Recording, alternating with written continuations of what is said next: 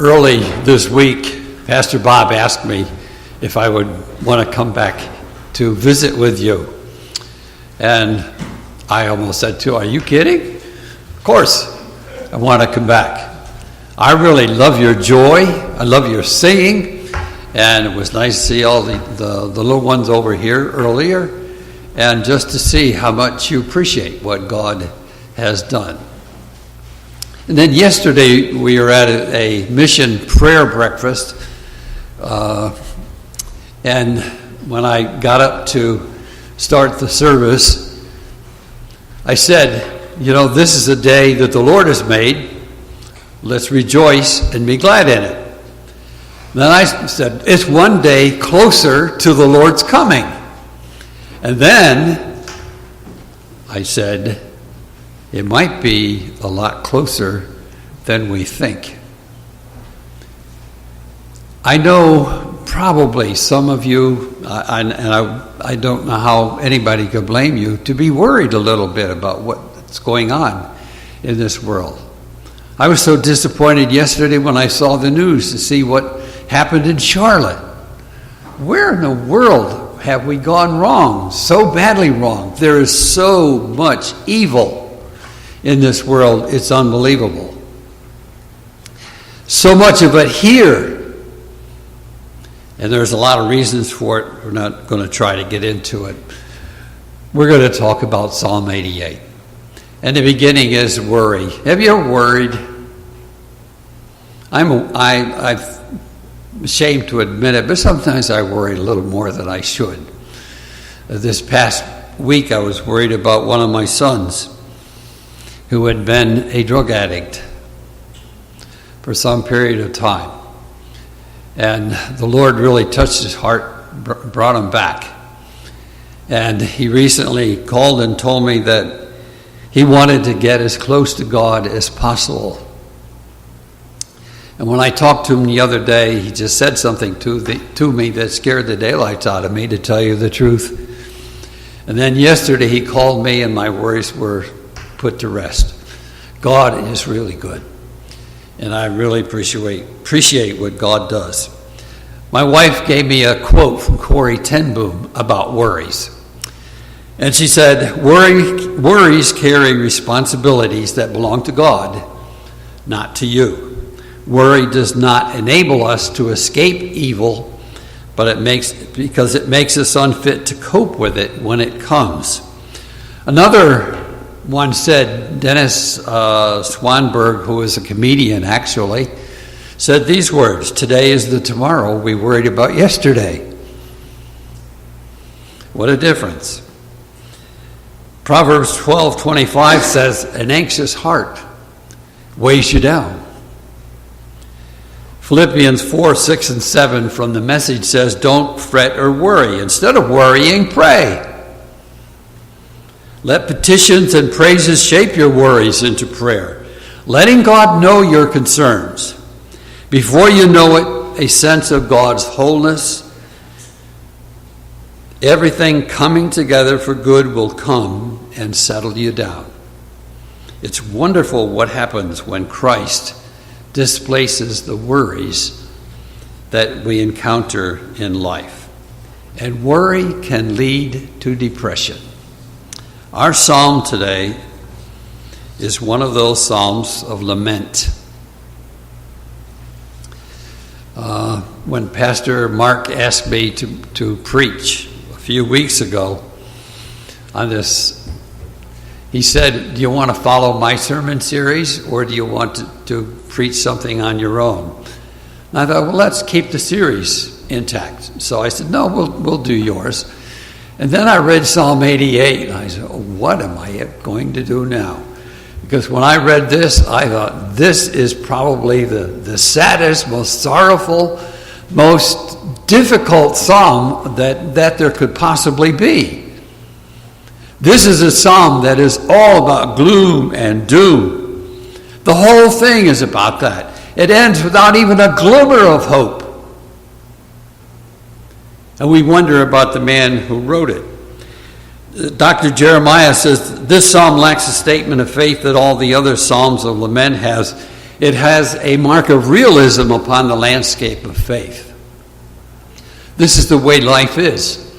This is what we're surrounded by. This is what people are feeling and sensing today. Yet, this is a psalm that is written by a very wise, a very talented man. He's a man of great character who has obviously suffered from depression for many years. When we talk about depression, we must really understand what it is. And I thought maybe I'd just give you a clinical definition of it. Not that I knew it, I had to look it up on WebMD.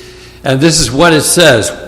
Depression is an episode of sadness or apathy along with other symptoms that lasts for 2 consecutive weeks or more and is severe enough to interrupt daily activities. Depression, however, is not a sign of weakness or of a negative personality. I'm glad they added that on, because that would have been something that really would have been missed. This psalm was written by one whose name was He-Man, or Heman. And the first time I read He-Man, I thought, this He-Man, he's a superhero. Why in the world is he writing something like this? If he's such a He-Man, why in the world has he gotten to the point where he's at, where he writes all these terrible things that are plaguing him? But it's only his name. Nevertheless, as he continued, you notice that in the very first part of the psalm, he prays to God. He's not abandoned God. He just doesn't understand the circumstances and what's happening around him. His wisdom is clouded by his circumstances and whatever is plaguing him as far as his life is concerned. So it gives him a very pessimistic view of what is happening to him. Do you know, sometimes even the best of believers can be caught up in this. Who at some time or another hasn't faced a time when we said to ourselves, where's God? Why is this happening to me? Why is this a part of my life? Why do I feel the way that I do? We've all asked that. As a matter of fact, WebMD says that 19 million people in this country alone suffer from depression, which can be a normal reaction to loss, some of life's struggles, or an injured self-esteem. I can tell you, when my first wife, Dee, went to be with the Lord, it was a difficult time. I spent a lot of time at home, didn't want to go anywhere, didn't want to do anything, didn't want to eat. One day I decided, just once, I'll go out and see if I can eat at a restaurant by myself.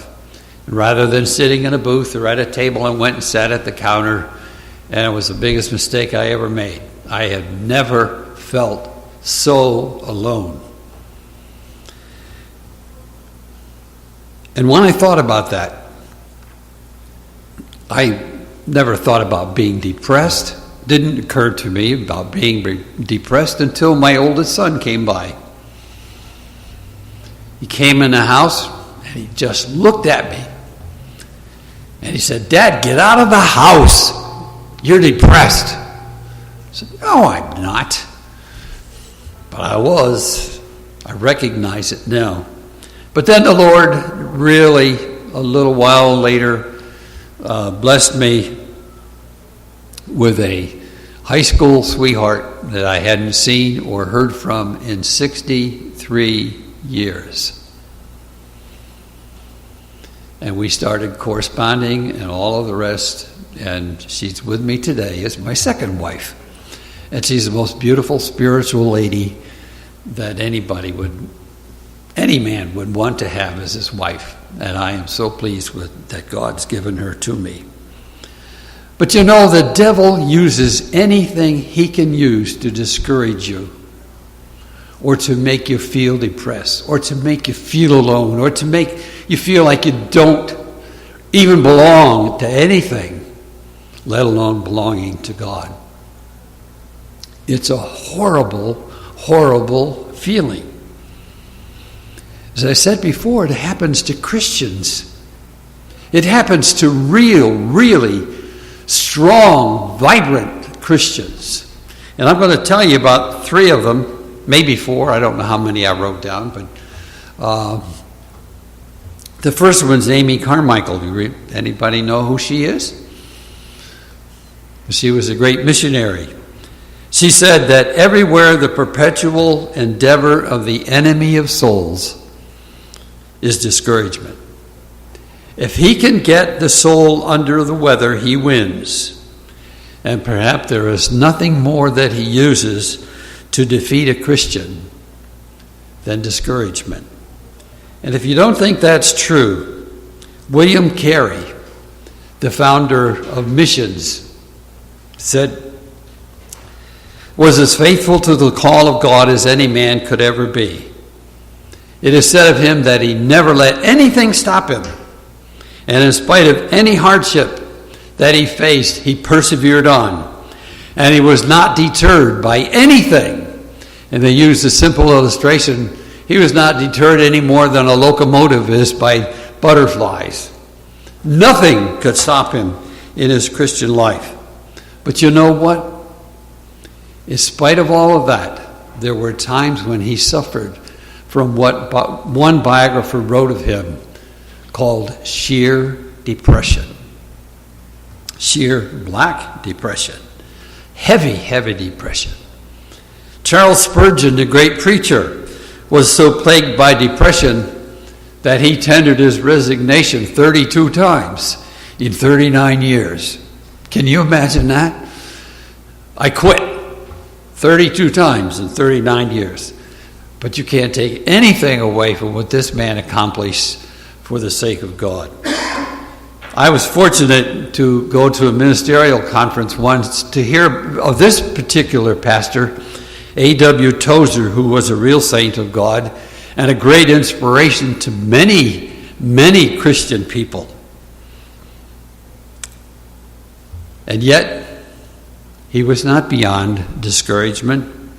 Erwin Lutzer, who is now a radio personality, and I believe he's the president of Moody Bible Institute, he said this man who knew God so intimately had days when he was so discouraged that he felt he couldn't continue as a minister. A man who had instructed thousands in the deeper things of God. And often he felt that he was a miserable failure. Doesn't this give us a picture of life as it really is? Before I retired and got involved in the church where I am, I was a Salvation Army officer for 45 years. And one of the last 20-some years was working in rehabilitation. It was the most fantastic ministry I'd been involved in and saw many wonderful things happen. But you know, one of the facets of that ministry that was very difficult to deal with is that a lot of the younger people and many of the older people who came into the program would somehow or another blame God for what had happened to them. And they would say, "Why, God?" And I'd tell you about one man. He was actually when I was in Philadelphia for 8 years. The first year I was there, a gentleman came to the center and he was saying, "Where's God?" He had just lost his father, he lost his mother, and he lost 5 siblings all in 1 year. He was the only one left in his family in 1 year. I want to tell you, if that's not enough to make you discouraged or to feel downhearted and distressed, I don't know what could. But he chose drugs as the way out. We're grateful to God that before he left the rehabilitation center, he chose God as the way out. Sadly, there are many that don't. It's nice when God reaches the heart. Well, I don't know what time you close, but I'm a long-winded preacher, so. And was that the clock is 5 minutes slow or 10 minutes slow? It's like 5 minutes. 5 minutes? Okay. Well, if I'll tell you what, if I'm going on too long, just raise your hand and say, that's enough. No, I know you're not going to do that. Heman, we read about in 1 Chronicles 6. He was a singer, and I really enjoyed the singing this morning. That young gentleman playing guitar and singing, he knows how to sing, and he knows how to lead. It was good. I really appreciated that. Well, Heman was a singer. He was one of those that was appointed by David over the service of song in the house of the Lord. An indication that music is a very important part of worship. And he was also the grandson of Samuel. His father's name was Joel, and it was in part the mistakes and sins of his father Joel that led Israel to request a king rather than let the rule of the judges continue. But Heman was a faithful servant of God, and some of his deep struggles with depression find their way in this psalm. They seem to be related to his childhood. Remember, it said, I've been sickly since my youth. And I feel like I'm just existing to die, and it can happen any time. That's how bad he got. But in spite of his father's contributions to the world, Heman's contribution to the Bible is positive as a chief musician and as a gifted, talented servant of God. I cannot imagine that young man playing the guitar if he had the heaviness of Heman's sadness and whatever it was that had plagued him and was upon him. I can't imagine that. You all seem so joyous as you were singing today. I know that somebody here has sadness over a loss of a loved one or something, and you're not letting it get to you. You know that this writer was also listed in the scriptures as one of the wisest men in all of Israel. As a matter of fact, I believe it says he was probably the fourth wisest man below Solomon. Fantastic thing to think. He's not only wise, he's not only talented, he's not only really strong in the Lord, he has all of those things,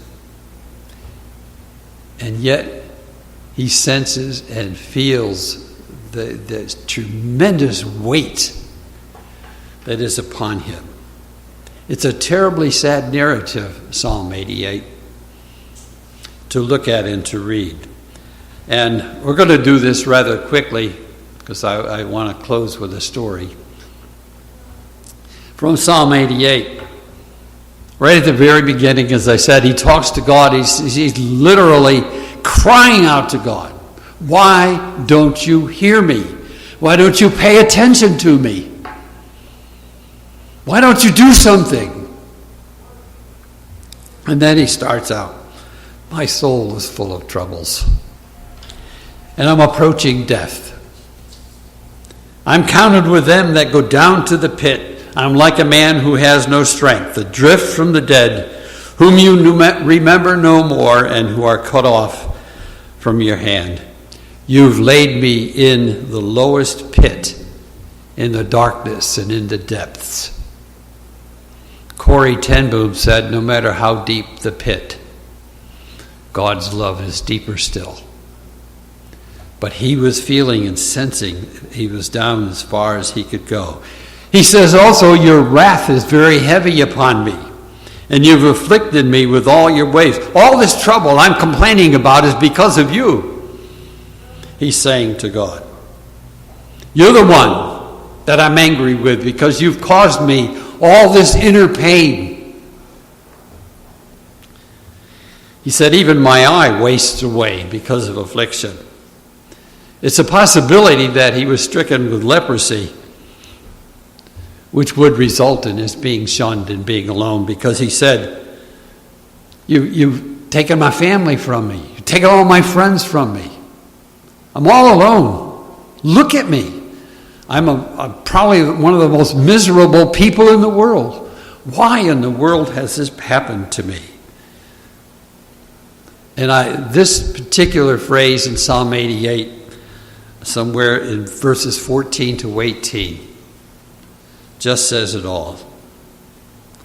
Lord, why do you cast off my soul? Why do you hide your face from me? Oh, I pray that I would never find myself in that position. You can't get any lower in the depths than saying, Lord, why are you hiding your face from me? Why? He says, your fierce wrath has gone over me, and your terrors have cut me off. They came around me all day long like water, and they engulfed me together. Loved ones and friends you put far away from me, and my acquaintances into darkness. His question was, why? A few weeks ago, we love watching the Gaither Homecoming Hour on Saturday night, both of them, because we like the music. A few weeks ago, they had a young gentleman. I say young because I'm old, and he was considerably younger than me. But he was in a wheelchair, and he started singing. His hands were kind of bent and shriveled. His arms were shriveled. But wow, what a voice he had. He was born like that. He was in a wheelchair from the very moment that he should have been able to walk. He had to be in a wheelchair. Do you know how many people would have felt so terribly sorry for themselves? Not him. He sang hymns so beautiful. I wish I could remember his name. I can't. But what a beautiful example of feeling all those things that bothered He-Man or He-Man. And yet here he is singing and praising and giving praise to God. I know everybody here this morning is going to know this name. Joni Eareckson Tada. Everybody knows who she is? No? She's a very famous young lady now. Well, she's a little more than young at this point in time. But when she was, I think somewhere around 18 or 19, she suffered from a diving accident. And she dove into water that was too shallow and hit her head on a rock.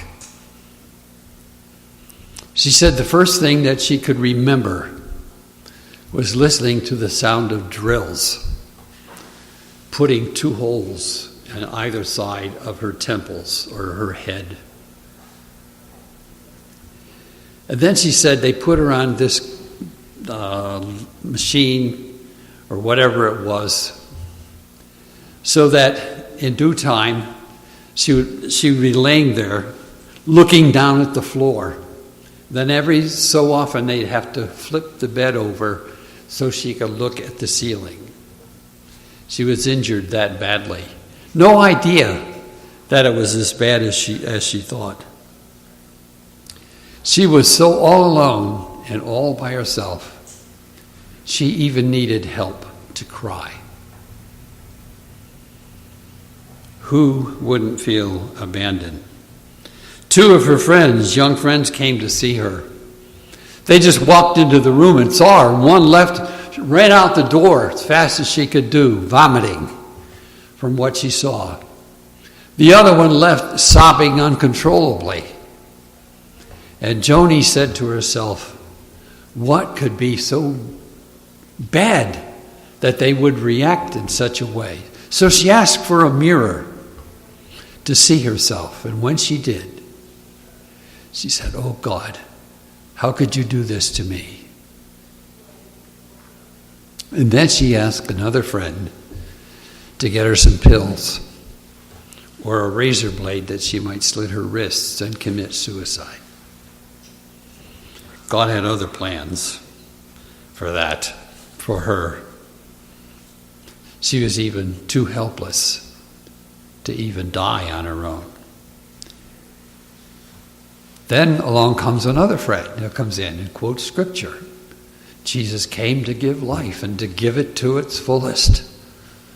Wow, what a scripture to give to somebody in her condition. And I can imagine she was saying to herself, what are you talking about? Live life to its fullest. For sometimes she found it impossible to reconcile what happened to her and what she was, to reconcile herself to God. Over time, she was able to say, I now have a future. I've been cheated out of being I haven't been cheated out of being a complete person. I'm just going through a 40 to 50 year wait. She was thinking of that time when she was going to leave this earth and go to heaven to be with God, and she would be complete and have a full life after that.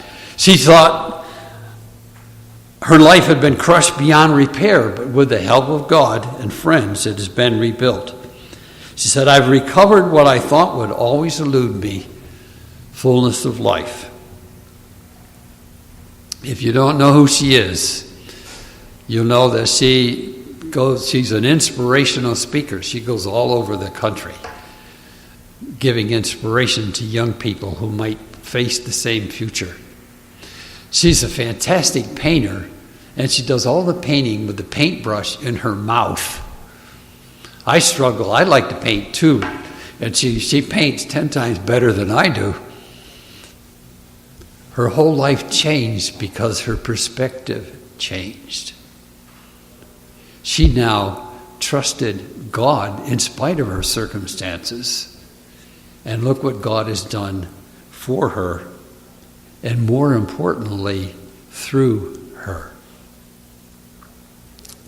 You and I have no idea, except for heaven, what the future holds for us. Any one of us here today could find ourselves in the same predicament as Heman, same predicament as Johnny Tata, same predicament as all those famous preachers. The devil wants to do that to you, and he's not going to quit. There's enough in this world to make us worry and to make us think about it, and it's going to hurt. But just think about this. If God can do for Johnny Tata what he did in her condition, for that young man that sat in a wheelchair and sang so beautifully the praises of God, just remember this, that no matter what circumstance comes to you, God is always with you. No matter how deep the pit, God's love is even deeper. I'm so happy for your joy today. And I pray that it will not be interrupted by anything that could be as destructive as some of these people.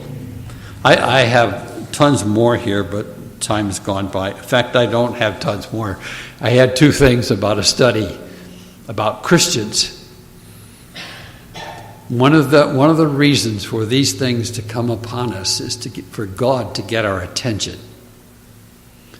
And I am just so distressed today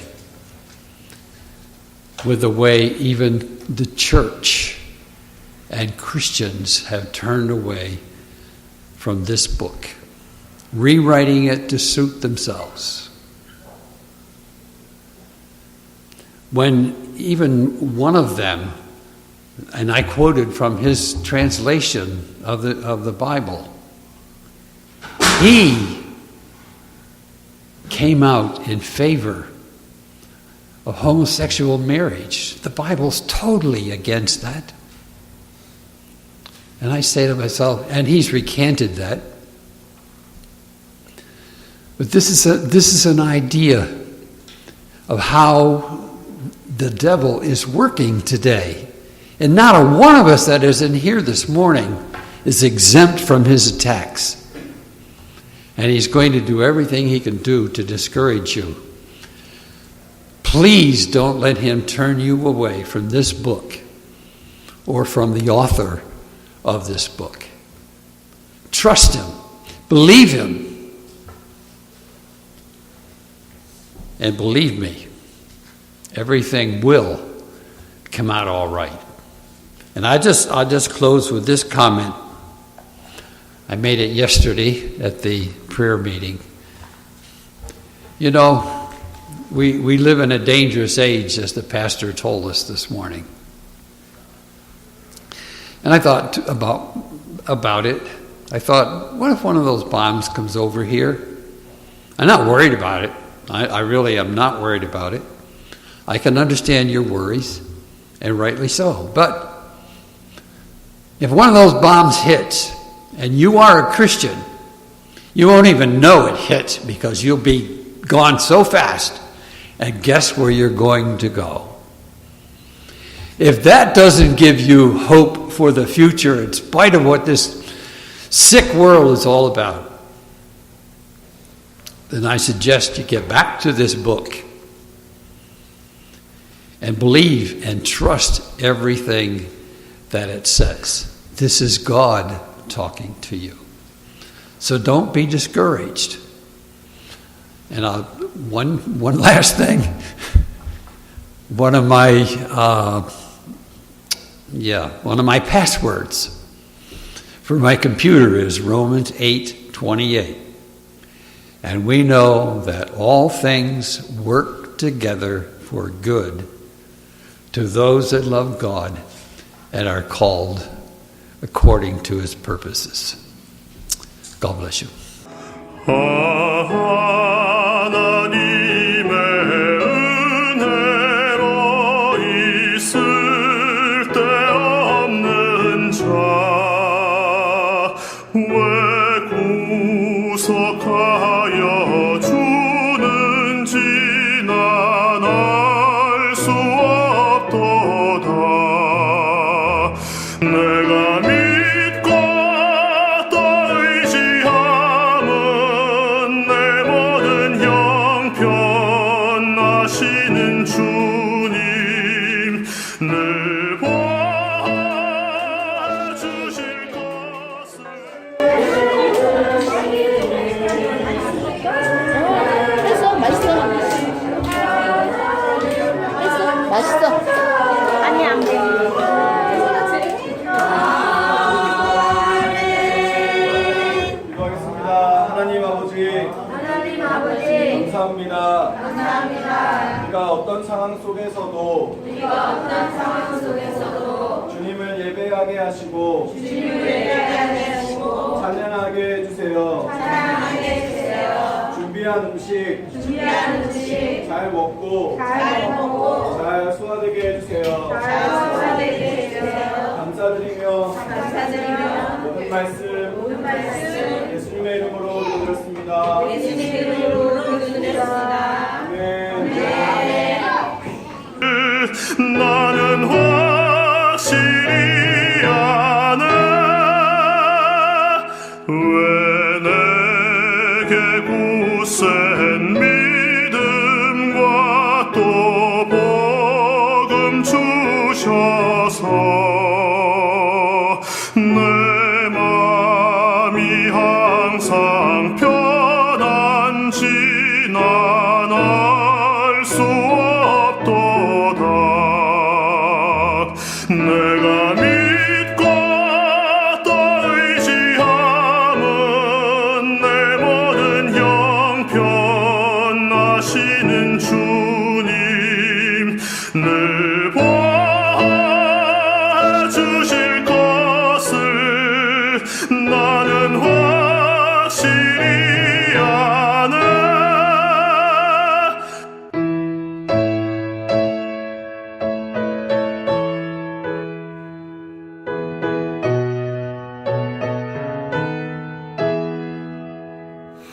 왜 내게 성령 주셔서 내 마음 감동해 주 예수 믿게 하는지 난 알 수 없도다. 내가 믿고 또 의지함은 내 모든 형편 아시는 주님 늘 보아주실 것을 나는 확실히 아네. 주 언제 강림하실지혹 밤에 hom낮에 또 주님 만날 그곳도 난 알 수 없도다. 내가 믿고 또 의지함은 내 모든 형편 아시는 주님 늘 보아주실 것을 나는 확실히 아네. 왜 내게 성령 주셔서 내 마음 감동해 주 예수 믿게 하는지 난 알 수 없도다. 내가 믿고 또 의지함은 내 모든 형편 아시는 주님 늘